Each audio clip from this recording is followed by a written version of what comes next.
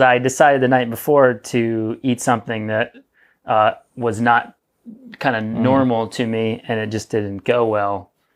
Quick tip, never shake hands with a person that's only wearing one sock. Yeah, you meet a person in the woods and they're only wearing one sock. Do not shake their hand.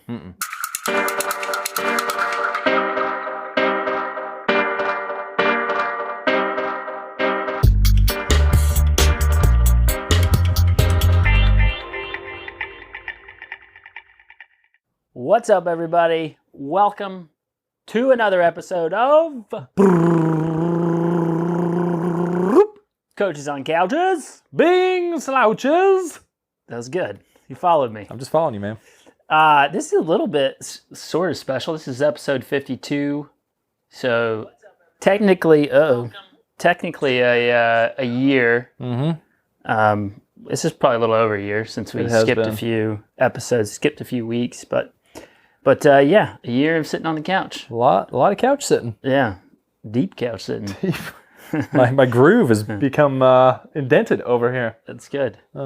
Stitches is about to be. So today we're going to talk about a topic that affects absolutely everybody. Yep. And that is how to deal with bad days or the poop emoji days. I mean, even Forrest Gump ran into it. Yeah, best of the best. Get crap days. So we're going to talk about some tips and strategies on how to deal with those and try to come out on the positive end of a bad day. I'm Coach Dale Sanford. And I am Coach Bryant Funston. We are the co-founders of BPC Performance Coaching, where we specialize in helping time-crunched athletes optimize their busy schedules so they can maximize their athletic performance.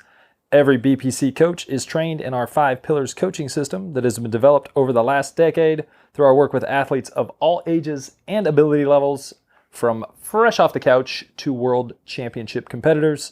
You can find out more about BPC by going to buildpeakcompete.com. You can check us out on Facebook and YouTube at buildpeakcompete, or all up on that Instagram at BPC Performance. Solid. I don't know if you saw before we started, we were doing the thumbs up was for the like button. Yeah, so we're trying to get... If you have had a bad day in training or racing, hit that like button, share it with your friends so they can watch along as well today. Absolutely. All right. We'll get to the topic of today, but first, shout-outs. Shout-outs. We do have a few this week. Last week, our buddy Cliff Abeles, I'm going with it, headed to Possumtown Tri, and everyone was lying on the ground. Everyone was just playing dead. This he played dead at the finish line. He was second age group, but 12th overall. Bam. That's a great. Cliff just did his one of his goal races for the year. Had a great race, and we've for all of his shorter races, we've not been backing him off for any of them. To just increase the training load. And so we actually backed him off a little bit for this one and sent him in a little fresher and basically just told him get at it. Yep. So nice. So great result there. And then Jamie Bailey taking the top spot for the ladies. Overall female. Jamie Bailey. Bam. Knocking it out of the park. Possumtown Tri. What else you got? Hart Robinson, 1 week out. Actually on the couch last week. Yep. 1 week out from Leadville. He and David Collins, also on the couch last week. Also a week out from Leadville. Competed in the state mountain bike cross country event. And Hart came away first place, won the state jersey in the men's open Pro 1, I guess, division you'd call it. Collins was third in the single speed, was up there with 1 and 2 till he buried a pedal at an inopportune time and sent himself. Hey, bad day, exactly. We'll hit that. Also, shout out to Willis, who also competed in that event. New peak power numbers on a day when, a lot of times with the heat we've been having, it's tough to hit peak power numbers. And in a a fairly technical course at Stanky Creek. Yep. Hitting peak average power numbers, not normalized power, but having peak average power numbers is really good to see. So shout out to him. I think that's it. All right. We've got a couple of good luck. It's like a lot of racing going on, or I have a lot of people racing this weekend. So good luck to those heading to Dragonfly Triathlon. So one of our local ones in Sardis, Mississippi. And then also Rocket Man Tri in Huntsville. We've got people heading to Traverse City 70.3, heading north to the cooler temps. Yeah. And then our buddy Tim Lynn is racing in, I'm going to butcher this, Yizhou 70.3 it's South Korea. South Korea. Yep. He'll be racing there this weekend. And good luck to all the folks. Tennessee State Criterium this weekend over in East Tennessee. So we got a crew going over there. I know there's quite a few folks from Memphis going over there. So I'll be racing as well. Rubber side down, and let's bring some jerseys back to the West Tennessee area. Perfect. Cool. All right. So on to the topic of the day. We are talking about dealing with the absolute crap days. It happens to everyone. I think that's one of the important points to make, is that it doesn't matter if you are the elite of the elite or the newest person to the sport, you are going to have a crap day here and there. Yeah, we're keeping this PG. Yeah, we're trying not to get the explicit tag just yet. It's going to happen one day by accident. Yeah, I'm going to drop an F-bomb by accident one day, and we're gonna get the explicit tag. But yeah, so everyone has them. In your days as an athlete, you're going to get a lot of mediocre days. Yep. You're going to get a few awesome days, and you're going to get a few crap days.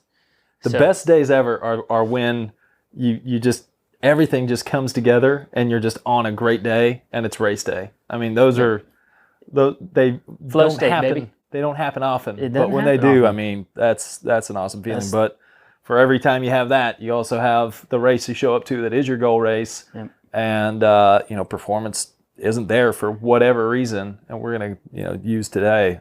It doesn't even have to be a race. It could be a workout that you're really trying to nail, or heck, it can be an easy day that you just feel terrible on.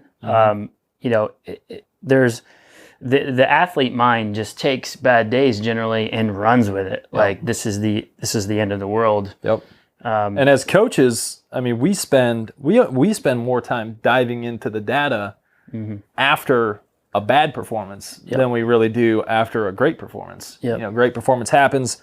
We expected it to, we hoped it would, and okay, we look at the data. I mean, you really learn more from bad days. Oh, for sure. Than you will ever learn on any great day that you've had. The great days, we try to repeat. We try to repeat those by looking at what you did leading up to, and exactly. There's a lot of detail involved in that, but we can pinpoint and retarget and restructure things around, like from what we learned from a bad day, so much easier than trying to replicate everything we did leading into a really good day. One big takeaway that I want to make, and this is like the headline of the entire episode basically, is that not one single day, workout, race, anything like that defines you as an athlete. So it doesn't immediately erase all of the other stuff you've done, absolutely, all the other training that's happened, the successes you've had. Yep. It doesn't get erased with one bad day. No, it never will. It never. I mean, so as an athlete, just keep that in mind, and you have to kind of learn to let go a little bit of the really crappy days, and for the most part, just brush them off. Yep. That's not a really good specific strategy for working through that, but the worst thing you can do is lose confidence in yourself, because as soon as that happens, mentally, as soon as you go or you start doubting yourself or putting so much emphasis on that one time things went bad, it's going to be sort of that self-fulfilling prophecy from there on out. It can be hard to kick that. So mentally, dive into the other points we're going to talk about here in a second. But after that, get over it. Yeah. I generally, like, a lot of times, like, for athletes that I know, the confidence is a big thing for them. Oh, for sure. Like, I will give them, like, especially the week of a race, I'll give them workouts that I know they can nail. Oh, for sure. I mean, and just smash it. Even if it's a little easier than, maybe dial back some of the intervals a little bit, just so I know that they can hit them, even if they're on like a mediocre day, they'll smash it. But then that's, mentally, confidence is through the roof. Oh, for sure. And that's something as a coach we do a lot. I mean, there's a lot of balancing the stress of a workout. You don't want to have workouts put in a plan too often that just totally crush a person. You want the person to be successful in their workouts. If once per week we're putting a workout on there that our goal is to try to get the athlete to fail, that can take a high mental toll on the athlete. You got to be real careful where you put those workouts in that are the kind of, let's see if they can do this. Let's see if they can even complete this one. Yeah. You got to have them here and there to then, sometimes that's the next step up. Like they hit that workout and either it boosted confidence or it really was a major fitness builder or something like that. But you got to be careful where you put them. Oh, for sure. So, big time. So let's talk about like what things we can do, some tips and strategies to like better deal with these. And this is this is what we do with our athletes when there are bad days. Absolutely. So the first thing is like, let's look at what was the cause. What was the cause of the bad day? And there's two ways of looking at it. Was it a controllable or an uncontrollable? We'll talk about uncontrollables first, really, because for the most part, if it was something that was uncontrollable, you really can't be down about it because it was out of your control. Chalk that up to just bad luck. And that's right? a lot of times that's the 3 C's. It's the course, the conditions, and the competition. You can't really control the course. You can sign up for courses that suit you. You can sign up for courses that suit you, and you can control the training that you do to prepare for that course. But if the course has to change last minute, or you pick up a piece of glass, this was my part of what led into this episode is at Nationals a couple weeks ago in the Olympic race, a mile. I already had a crap morning. I dropped my numbers in the toilet. Yeah, crap morning. Yeah. I came to my bike and the rear tire was flat. I blew out a second tube trying to fix it. And then the third tube held. And coming in on the bike, I think I was probably in the top 5, like in my age group. Coming in on the bike, and like a mile from T2, I picked up a piece of glass and flatted. Yeah. So race over. So it was a bad day, but for the most part, that's out of my control. Yeah. I mean, I guess I could have rolled gator skins or something that was more puncture resistant, but at a race at that level, I would highly recommend everyone race fast tires. Yeah, race tires. It makes. And if you flat, it's race over. But if your goal is to try to put up a really great performance, now if it were roll the fast stuff. If it were a long course race, I would carry a flat kit. Yep. And I would change it and keep rolling. Yep. But in a Olympic or shorter, where I'm racing to win, basically, if you flat, it's race over. Yep. But it was pretty much out of my control. So I did my best to blow it off, focus on the next. I had a race the next day anyways, a sprint distance race. Focused more on that and had a great day the next day. So if it's uncontrollable, of course, the conditions are a huge one. Huge, yeah. The weather. Wind, temperatures. I mean, you can pack gear to try to mitigate that sort of stuff, but still, I mean, horrible wind conditions, temperature swings.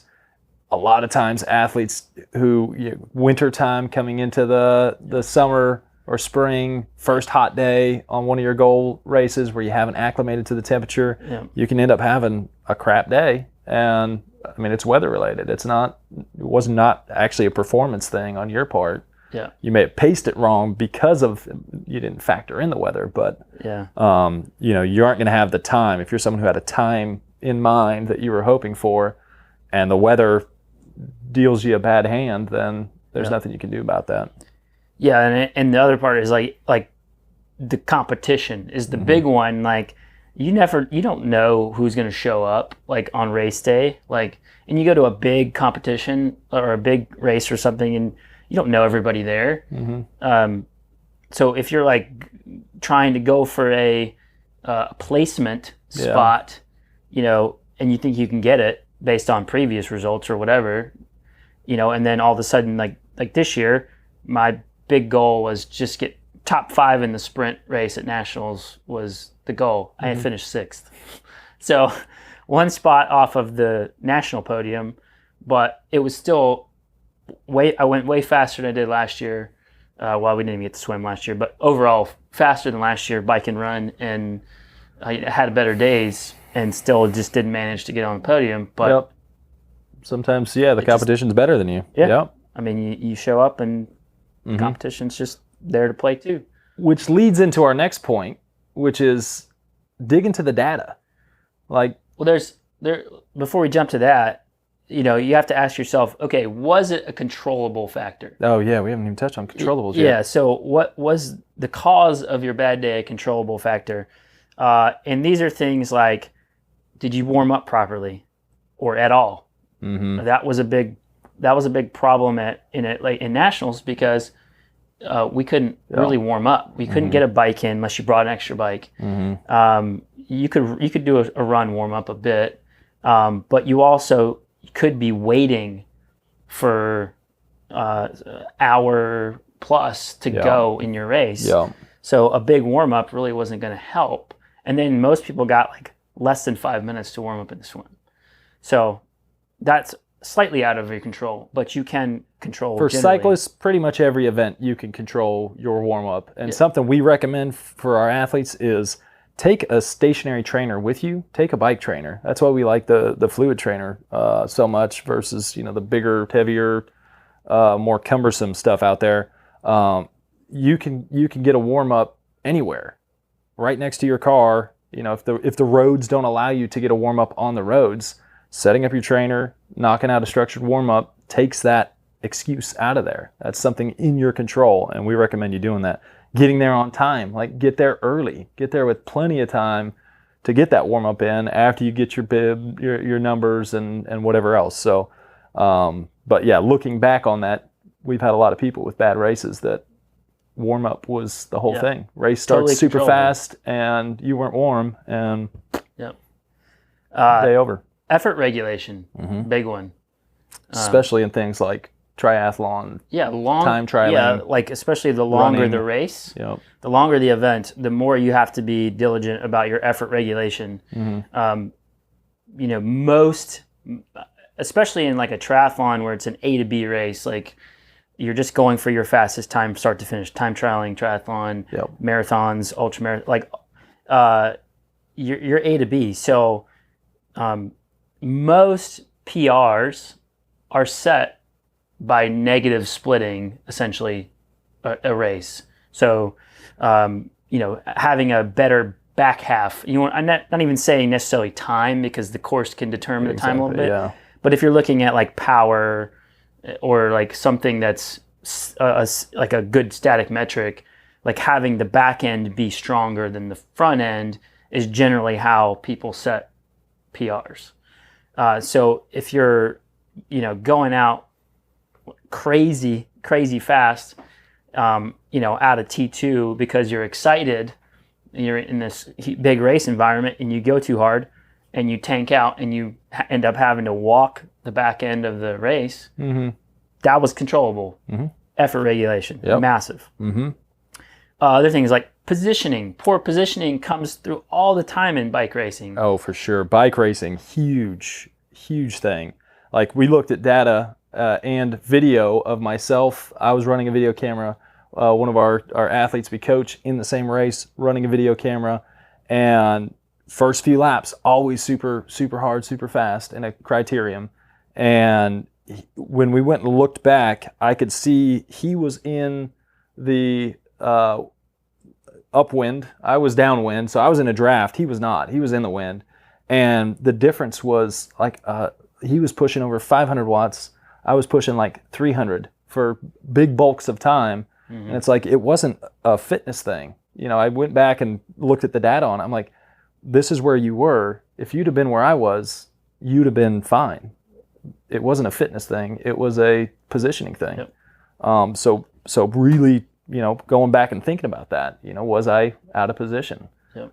In bike racing, that's a huge, huge thing, and a big thing that separates the people that do well, have the power to go when the race is hard, when it makes a difference, and those that don't. Those that are very efficient in a pack tend to do really well. Yep. Those that are not efficient don't do so well. Yeah. Even if they maybe are a stronger overall rider. Yeah.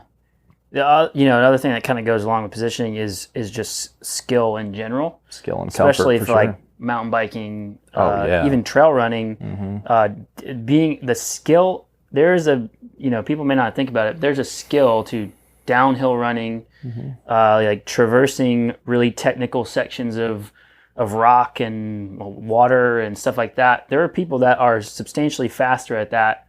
You could maybe outrun them on every flat, but they're so much faster on the downhills and the technical sections that they are just mm-hmm. That's what makes them a fantastic trail athlete.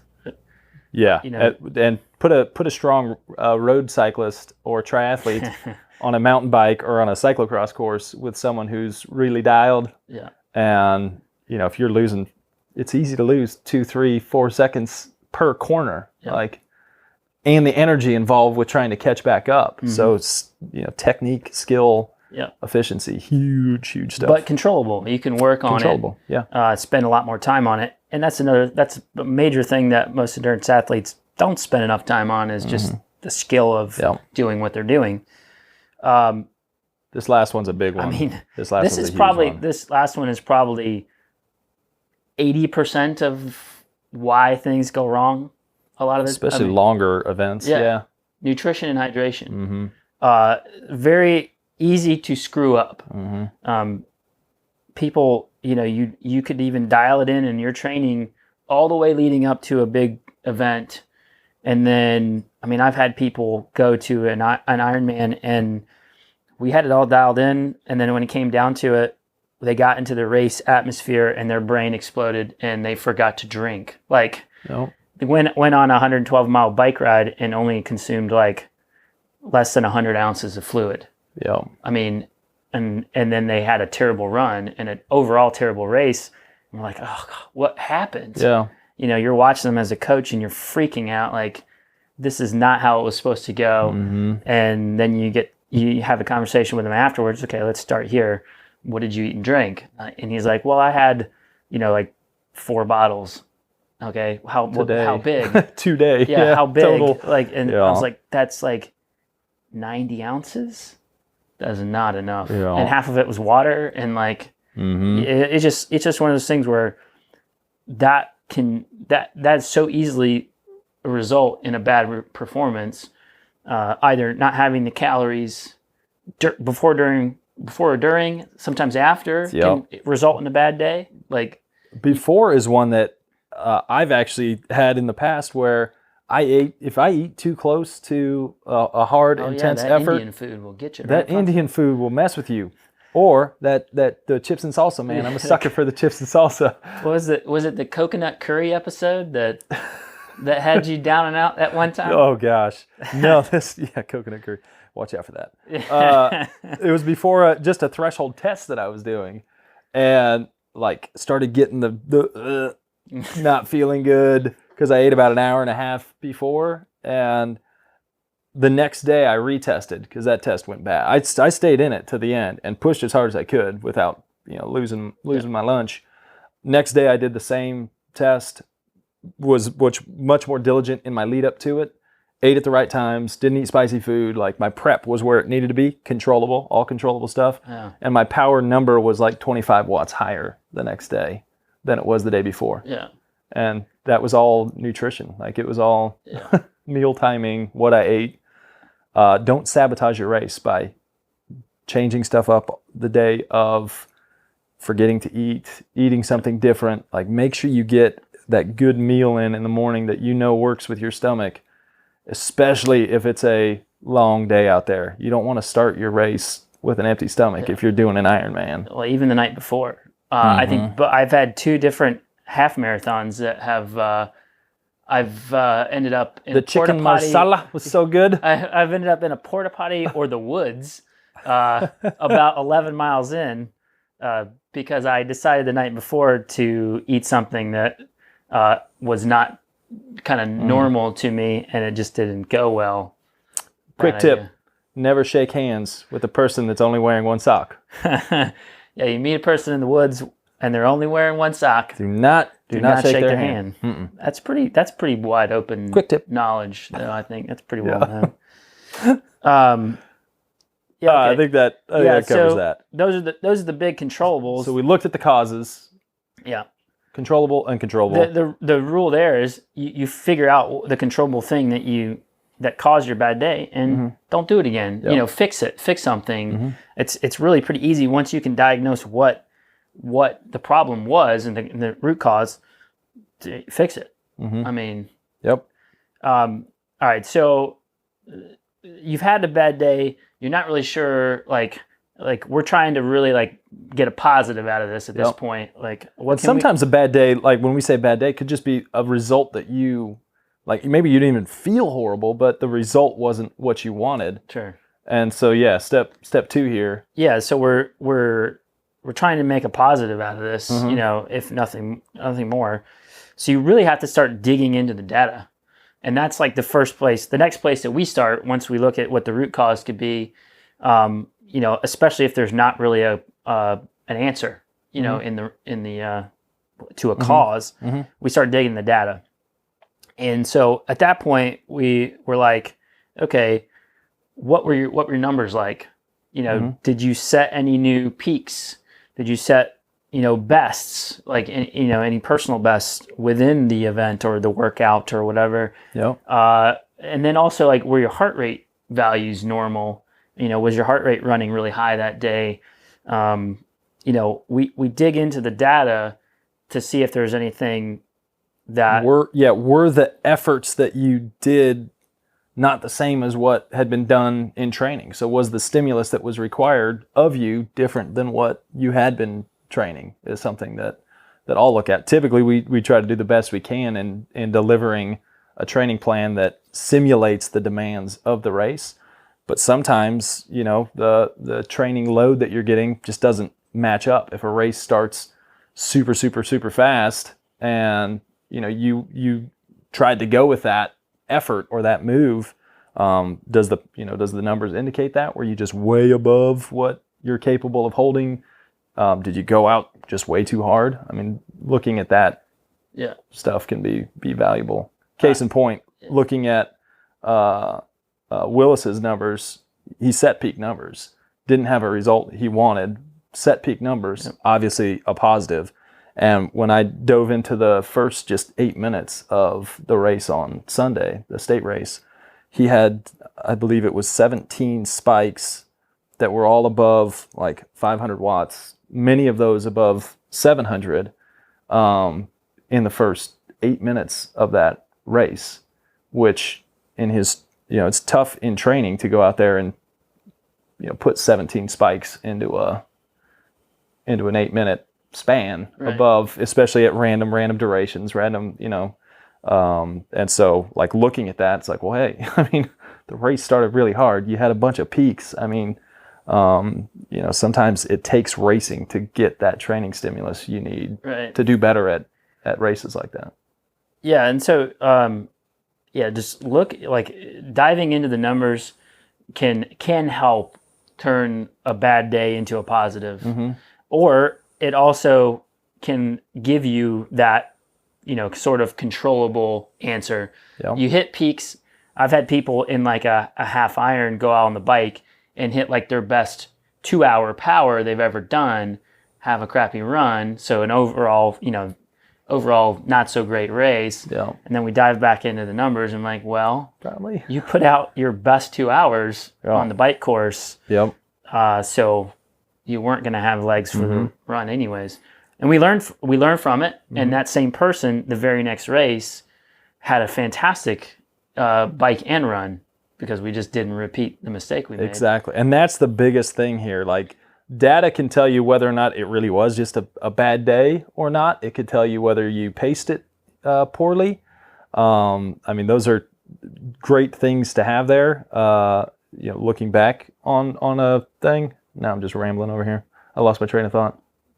Yeah, I mean, the data can tell you a lot, basically. I mean, it can tell you if it was a bad day because of effort regulation, because you were really just not on form that day. I mean, it tells that we use it for everything. I mean, it's kind of the... Oh, I remembered again. Or do you need to change stuff up in your training? Like, how can we use this moving forward to improve your training plan and so you don't have a bad result like that again? Yep. So the kind of the last little bit here, now that we've kind of either found the cause or we've already kind of turned it into a positive thing because we've seen that we didn't get the result we wanted out of the workout, the day, the race, but we actually did get, we did get good result out of it. It just wasn't in the time or the number or the result, placement or whatever.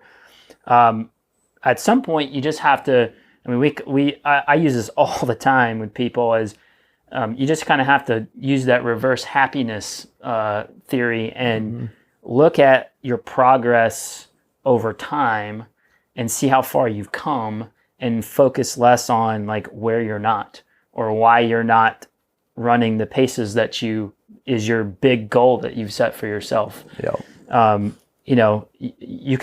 You're here, but you came from way over here. And a lot of times it's in a short period of time. And I get it. Greg Rohde is a perfect example, and this is not calling him out or anything, but he was one of those people that we took on totally brand new, green to the sport. Yeah. And so when we got him into some structure and everything, he made some massive improvements really quickly. And then once he was kind of settled into a specific workload, and then the improvements started coming slower. Yep. And so for him, the confidence started to get, take a hit, and he'd have more bad days here and there because we're training at a higher load, and those things happen when you're putting in a lot of work. Yeah. And so I've had to kind of go to him and be like, but dude, look how far you've come. Like you were not even running a 2-hour half marathon, and now you could do that in your sleep. Yeah. And you're running, 7 minute, sub 8 minute pace, for, shorter distances now. Like you've dropped significant amount of time from all three sports. But for him, it's like he's not where he wants to be, and that's the competitor. Well, it's tough, like even for ourselves, you see initially that spike where you're increasing, like for me being a cyclist, like I'm seeing power gains that are phenomenal the first few years. And then you get to a point where year to year, I mean, if I can get a little bit better, 1% or 2% higher than my peak from the year before, I'm happy. And with, some athletes, especially as you get older, like just getting back to where you were the previous year, after your rest, recovery, transition, and getting back into it, just getting back to that level each year is huge. And for some, it's like how little can we have the fall off? How long can we prevent fall off in performance? I mean, so it's tough mentally to have gains and then be fighting for a few percent. And at the pro level, that's what they're doing. I mean, they're fighting over 1%. Yeah, once you've been doing it a long time, the gains are very marginal. Oh, exactly. Yeah. I mean, I think personally, my bike level has been the same for probably the last 3-4 years. And my gains have come through working more on swimming and running. Yeah. And then getting the timing right. Right. And just, and regulating effort, because I was so bad at just trying to smash out the bike and just hope for the best on the run. Yeah. But finally realizing that if I spent a little bit more time swimming, I would be fresher for the bike and I could ride at a similar level and not be so worked over. And then I'd still have energy, left for the run. Yeah.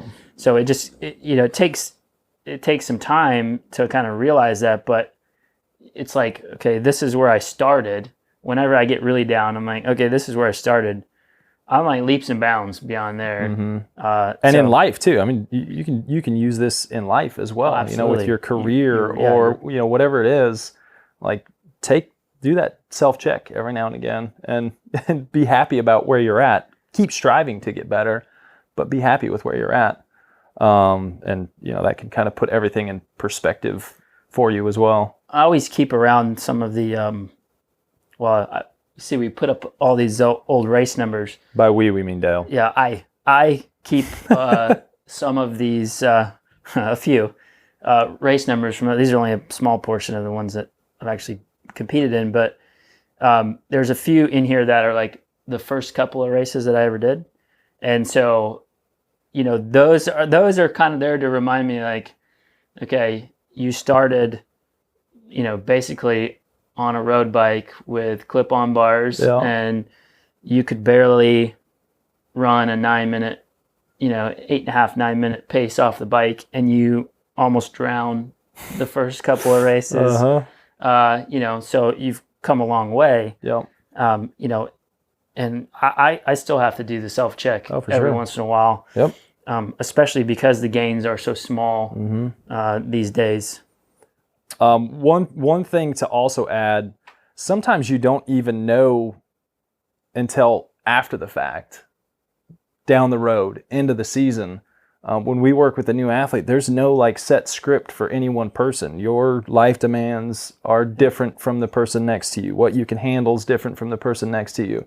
We do our best to try to have you at peak performance at your goal race, but timing that can be a challenging thing. And that's where tracking your data, logging comments, with Training Peaks, you can put your metrics on there for how your sleep has been, life stress, like all that stuff you can kind of log on there. And when you're doing your year-end review, okay, where was I feeling the best? Where was my best performance at? Where was my, usually that's followed by the plateau and then a fall off. Was I trying to burn it for too long? Did I just miss the peak? Was I super fit 3 weeks prior and then suddenly, on race day? And that's what you can learn from. And the following year, take all that into account. Did you get sick after your goal event? You may not even realize you were sick on race day. And 3 days later, the sniffles start and the sore throat. And okay, well, your body was already in those early stages of illness. So sometimes you don't know. There is no answer on race day or even immediately after. It's when you start looking at the big picture, instead of the micro, we're looking at kind of that macro, and that can provide a lot more insight and valuable information to build from the following year. I mean, I keep saying that, well, we're going to make millions when we figure out how to make life stress into a some sort of quantitative value.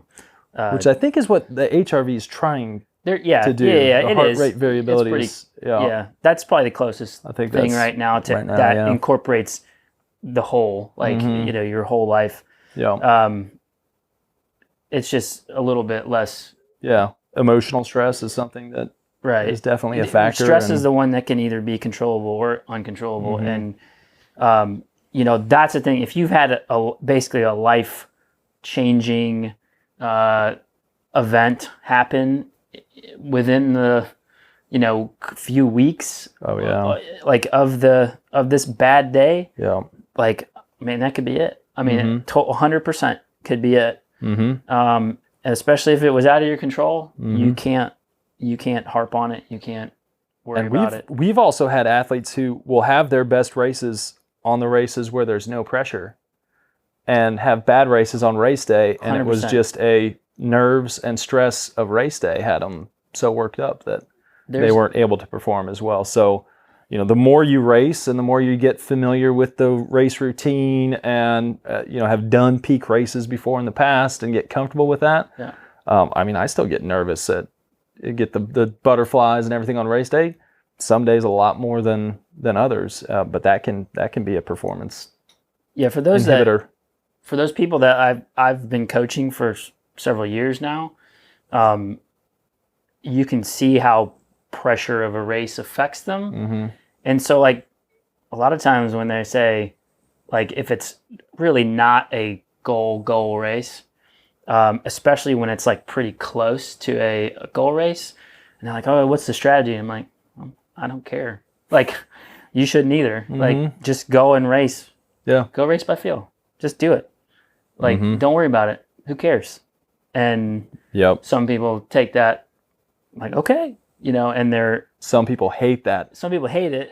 And it adds more stress, but those aren't the people that I throw that on. Exactly. But the ones that I know, like they get really kind of worried about race day, and I just want them to go out there and just have fun and go through the routine. Yeah, go out there and have fun. Yep. And a lot of times those are good. Those are the best races. Yeah. For sure. There's just no pressure. You take the pressure off, and some of the ones myself, I'm like, you know what? I could care less about this race. Like, and if you really convince yourself of that, like, do you have a great it's easy race? to bail when it gets hard, but yeah. When you go out there, we can get into a whole different side rambling topic, but like mentally, how you mentally go into a race, like if you tell yourself, oh, I'm so tired, it's going to be a horrible race. Yeah, sure. It's going to be. If you tell yourself, man, I remember that time I had a hard training session that I went into tired, my legs opened up, and I had one of my best training sessions. Think of that. Don't think of oh, I'm tired, it's going to be bad. Think of, last time I was tired, or that one time I was tired and I did great. Use that. Power of positive thinking. The power of positive thinking. Yeah. Cool. The last point I will make before we close out here is that if you are truly in this for the long haul, and this is endurance sports are a lifestyle for you, and not just this is what I'm doing now in life. You have to understand that anytime you find a weakness in your game, that's an mental, opportunity. physical, preparation, any of those. That's a massive opportunity. So, like, it doesn't matter if it's a muscular imbalance or a flexibility imbalance or strength. Like your effort regulation, or if you find a weakness anywhere, that's an opportunity to get those marginal gains by changing that. You just have to make the commitment to doing identify that. And then make a commitment to improving it. And so that's a way a lot of times that we use to turn bad days into positive things. Is okay, well, we found a weakness, let's do something to fix it. So exactly. What can we do better? Sometimes it's how we planned out a program. Sometimes it's the lead up. Sometimes it's the missing a workout. Sometimes it's a technique or an efficiency thing, a positioning thing. But identifying it, changing it, improving on it, and just constantly be in that mindset of you're just trying to get a little bit better today than you were yesterday. And don't fall victim to comparing yourself to other people, because all you can control is yourself. There you go. I think we'll close it on that one. Cool. All right. We appreciate you guys watching, listening, hanging out with us. Still time for a like. You can hit the like button if you want. We will catch you guys next time. Adios. Peace.